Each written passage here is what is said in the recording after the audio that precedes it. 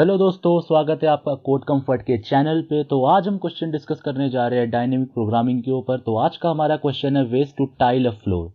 Given a floor of dimension 2 by W and tiles of dimension 2 by 1, the task is to find the number of ways the floor can be tiled. So a tile can be either be placed horizontally or vertically. तो अब हम question को पहले समझते हैं। तो हमारे पास एक फ्लोर गिवन है। फ्लोर का डायमेंशन क्या गिवन है? फ्लोर कुछ समझ लीजिए हम लोग। फ्लोर कुछ इस तरह का है, लेट्स से, ठीक है, जिसका जो हमारा डायमेंशन है, एक डायमेंशन हमारा क्या है, एक डायमेंशन हमारा 2 है और दूसरा डायमेंशन क्या है, W है। ठीक है, मतलब यहाँ पे अगर मैं इसको ऐसे इस तरह से मैं बांटूं तो ये हमारा W तक जाएगा। ठीक है, टोटल नंबर ऑफ डायमेंशन यहाँ पे W है। हमको इनपुट में दिया हुआ है W। ठीक है, W हमको दिया हुआ है और हमारे पास एक टाइल होगा जो 2 into 1, यहाँ ये डायमेंशन 1 है, ये डायमेंशन 2 है, तो इस तरह का टाइल होगा। हम इसको हॉरिजेंटली या वर्टिकली लगा सकते हैं फ्लोर पे। ठीक है, तो हमको बताना है नंबर ऑफ वेज, हम लोग कितने वे से हम इस टाइल को फ्लोर पे चिपका सकते हैं। तो ठीक है, तो पहले हम इसको एक बार इस एग्जाम्पल इनपुट से समझते हैं। ठीक है, आज हम लोग इसको दो इनपुट से समझेंगे। For W is equal to 4 and W is equal to 5। ठीक है, तो हमारे को दिया हुआ है W इज इक्वल टू 4। पहले इसके लिए सॉल्व करते हैं। डायनेमिक प्रोग्रामिंग में क्या है, हम लोग क्या करते हैं, डायनेमिक प्रोग्रामिंग का हमेशा हमारा क्या फंडा रहता है, हम लोग ये देखते हैं कि बेसिक हम लोग क्या कर सकते हैं। तो बेसिकली हम लोग एकदम शॉर्ट पे देखें तो हम क्या कर सकते हैं, हम या तो इस टाइल को हॉरिजेंटली या वर्टिकली चिपका सकते हैं। हमारे पास दो ऑप्शन है। क्या ऑप्शन है? एक तो हॉरिजेंटली या फिर वर्टिकली। ठीक है, सो अगर हम इसको हॉरिजेंटली लगाते हैं तो हमारा एक प्लेस रह गया, ये प्लेस हमारा कवर अप हो गया, तो एक यहाँ पे हमारा हो गया। तो बाकी हमारे पास कितना बचा, बाकी हमारे पास बचा वो है 3।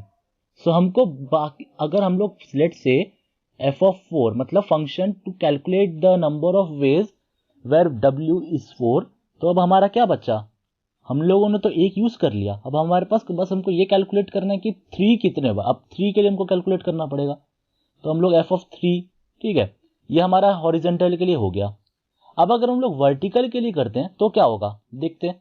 अब सपोज हमने ये नहीं किया, हमने उसको वर्टिकली चिपकाया, ये हॉरिजेंटली हमने ऐसा चिपकाया था, हमने इसको वर्टिकली चिपका दिया। तो वर्टिकली ऐसा चिपका, अब देख रहे हैं कि यहाँ पे हमारा एक प्लेस खाली है, तो हमने ये एक और चिपका दिया। तो अब आप देख सकते हैं जब हम लोग वर्टिकली चिपकाते हैं तो हमारे पास कितना बच रहा है, हमको फिर 2 के लिए करना पड़ रहा है। मतलब अगर मैं हॉरिजेंटली प्लेस करूं तो मेरे पास 3 और 3 के लिए हमको ढूंढना है। सिमिलरली अगर मैं वर्टिकली प्लेस करूं दोनों को इस तरह से, तो हमको क्या देखना है, हमको यहाँ पे बाकी 2 के लिए देखना है। सो इट इज f(2). तो हमारा रिलेशन हमको मिल गया। ठीक, f(3), हम जैसे ही f(3) कॉल होगा, ये क्या कॉल करेगा, मतलब अगर हमारे पास एक इसको अगर हम फॉर्मूला बनाते हैं इसका, so f(n) is equal to f(n-1) plus f(n-2), ये रिकर्सन फॉर्मूला बन गया। और f(3) हमारा क्या हो जाएगा, f(2) प्लस f(1), है ना। अब बेसिक कंडीशन क्या है, f(2), जब हमारे पास f(2) मतलब हमको विड्थ दिया हुआ है 2, ठीक है, ये 2 क्रॉस 2 हो गया, तो ये बेसिक कंडीशन है। तो हम क्या कर सकते हैं, हमारे पास कितने ऑप्शंस है। अब हमारे पास या तो मैंने ऐसे एक चिपका दिया, हॉरिजेंटली 2 चिपका दिए, तो ये एक हमारा सॉल्यूशन हो गया, या तो हमने वर्टिकली 2 चिपका दिए, तो हमारे पास 2 सॉल्यूशन मिल रहे हैं। तो हमारे पास for W is equal to 2 हमारे पास 2 सॉल्यूशंस है। समझ में आया बात। तो फॉर f(2) हमारा 2 ही रहेगा, सो ये बेसिक कंडीशन है। और f(1) क्या रहेगा, सपोज हमारा W1 दिया हुआ है, तो हमारा 2 ये है और W1 है, तो यहाँ पे देख सकते हैं ये एक टाइल ही यहाँ पे बस आ सकता है। तो इसके लिए हमारे पास सॉल्यूशन क्या होगा, सिर्फ 1 रहेगा। तो ये 1 हुआ, f(2), f(1) हमारा 2 और 1 हुआ, so it is 2, this is 1, so this is 3। So since our f(3) is 3, now f(2), और अभी हमने कैलकुलेट किया कि f(2) क्या है, which is 2, so it is 5 here. So f(4) हमारे पास 5 हो गया। आंसर आप देख सकते हैं 5 आ चुका है। लेट्स से हमने बोला था 5 के लिए, तो 5 क्या बोलता है वो भी देख लेते हैं। f(5) क्या होगा हमारा, वो होगा f(4) प्लस f(3), ठीक है। और अभी आपको पता होगा डायनेमिक प्रोग्रामिंग का क्या काम होता है। डायनेमिक प्रोग्रामिंग का क्या होता है, एक बार जो रिकर्शन विजिट कर लिया उसका वैल्यू मेमोराइज कर लो। तो अब डायनेमिक प्रोग्रामिंग के हेल्प से हम लोगों को पता चल गया f(4) हम लोग ऑलरेडी विजिट कर चुके हैं, और डायनेमिक प्रोग्रामिंग से क्या पता चलता है, दिस इज 5, सो 5 यहाँ पे हमको मिल गया। सिमिलरली f(3) भी हमने विजिट कर चुके हैं और उसका वैल्यू क्या है 3, सो हमारा वैल्यू 8 आ गया। तो डायनेमिक प्रोग्रामिंग का आपको यहाँ पे पता चलेगा कि क्यों यहाँ पे हम लोग डायनेमिक प्रोग्रामिंग यूज कर रहे हैं, क्योंकि अगर आप यहाँ पे कंस्ट्रेंट्स की बात करें तो आप देख सकते हैं n = 10⁵ है हमारा। सो अगर हम लोग डायनेमिक प्रोग्रामिंग यहाँ पे यूज नहीं करते तो ये बाइनरी ट्री बन जाएगा। तो कम्प्लेक्सिटी होगा, तो इसका कम्प्लेक्सिटी होगा 2 पावर ऑर्डर ऑफ 2 पावर 10⁵, मतलब इतना बड़ा वैल्यू। वहीं अगर हम यहाँ पे डायनेमिक प्रोग्रामिंग कर लेते हैं तो हमारा कम्प्लेक्सिटी कितना हो जाएगा, ऑर्डर ऑफ n। तो चलो अब हम लोग रिकर्शन फॉर्मूला की बात कर लेते हैं। एक फॉर्मूला तो हमको गिवन है, वेयर f(2) = 2 एंड f(1) = 1। ठीक है, ये बात समझ में आ गया। उसके बाद हमको एक और चीज़ लास्ट डिस्कशन करना है, वो है थोड़ा अरिथमेटिक के ऊपर, क्योंकि यहाँ पे जो हमारा वैल्यू होगा ये बहुत ज़्यादा आएगा, तो हमको ये मॉड्यूलों में प्रिंट करना है। ठीक है, मॉड हमको दिया हुआ है 10⁻9 + 7, मतलब 7 + 10⁻9। सो ये अगर हम लोग उसको मॉड पे ले ले तो अरिथमेटिक इक्वेशन आपको पता होगा अरिथमेटिक मॉड क्या होता है। सो हम यहाँ पे बता देते हैं इसको किस तरह से मॉडिफाई करना है। कुछ नहीं करना, f(n) = f(n-1) मॉड हो जाएगा हमारा ये, प्लस f(n-2) इसका मॉड हो जाएगा, फिर ये होल मॉड हो जाएगा, इसका होल मॉड। और ऐसा कैसे आया, क्योंकि हमको पता है arithmetic a + b whole mod का क्या फॉर्मूला होता है, इसका फॉर्मूला होता है a mod m + b mod m का होल मॉड। और यहाँ पे m का वैल्यू क्या है हमारा मॉड, एंड विच इज 7 + 10⁹। ठीक है, तो ये बात समझ में आ गया होगा। तो आई होप आप इसका फॉर्मूला समझ गए होंगे। तो चलिए अब हम इसका कोड को देख लेते हैं। सो हम लोगों को पता है कि ये क्वेश्चन हमको डीपी से करना पड़ेगा। सो पहले हम लोग एक काम करते हैं, डीपी को इनिशियलाइज कर देते हैं। क्योंकि ये फंक्शनल प्रॉब्लम है तो आप देख सकते हैं हमको सिर्फ ये फंक्शन को डिफाइन करना है। और ये देखिए एक क्लास के अंदर फिट है, तो हम क्या करते हैं, क्लास के अंदर ही डीपी को इनिशियलाइज कर देते हैं। उससे पहले हमको डीपी को इनिशियलाइज करने से पहले हमको एक डीपी का एक साइज रखना पड़ेगा। हमारे को पता है कि मैक्स साइज हमारा क्या होगा, कंस्ट्रेंट्स में हमने देखा था 10⁵ है। 10⁵ यहाँ पे रख देते हैं, क्योंकि 10⁵ हमारा इंक्लूडिंग है तो हम एक एक्स्ट्रा वैल्यू ले लेंगे ताकि वो उसको भी स्टोर कर पाए 10⁵ को भी।